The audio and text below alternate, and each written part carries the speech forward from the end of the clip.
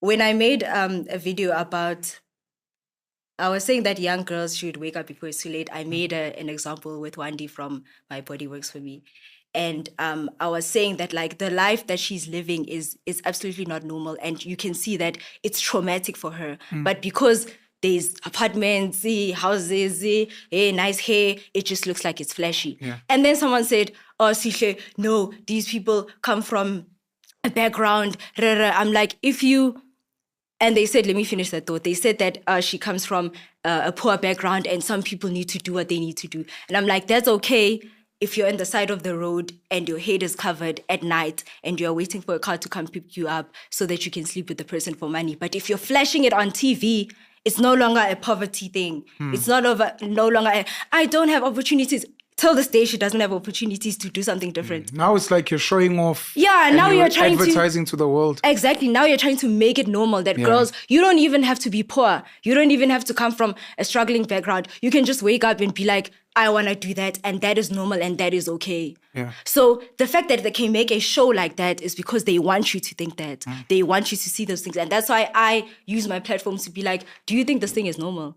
Why do they think that this is okay? Especially if this girl is constantly expressing that she has to clean herself, she has to do this, these are the things that she has to go through. But they still put it out there.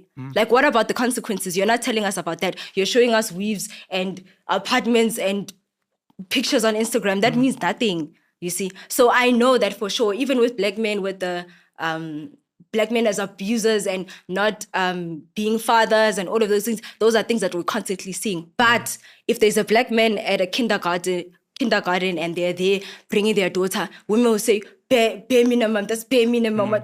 So what do you want us to do? Thanking a fish for swimming. Thanking a fish. Yeah. Even women giving birth, that's also thanking a fish for swimming because that's what you're supposed to do. But if we bring that story, it's going to be like, oh, but do you know how hard birth is? Do you know how hard for black men it is to take care of their children these days?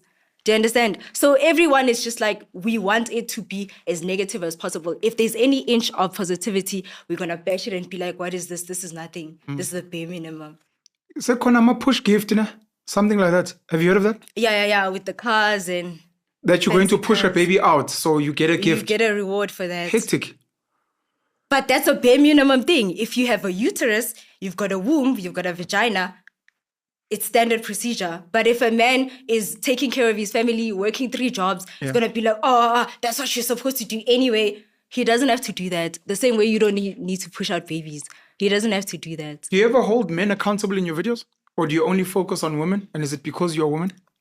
Yeah, I don't really I don't really talk about men and trying to hold them accountable. I talk about women because I'm a woman. And I think the confidence also comes from the fact that I know how women feel. I know how you think. I know what experiences you went through. So that's why I can articulate it in a way that even you as a woman can understand and be like, okay, you see, I can think this way. I don't have an excuse because she goes through the same things I go through. She feels the same things that I feel, but she's still able to see things in this way. Yeah. So there's no excuse. But when it comes from a man's perspective, I'm going to say men provide, but I don't have a perspective of how is it for men in the workplace? What pressures do they go through?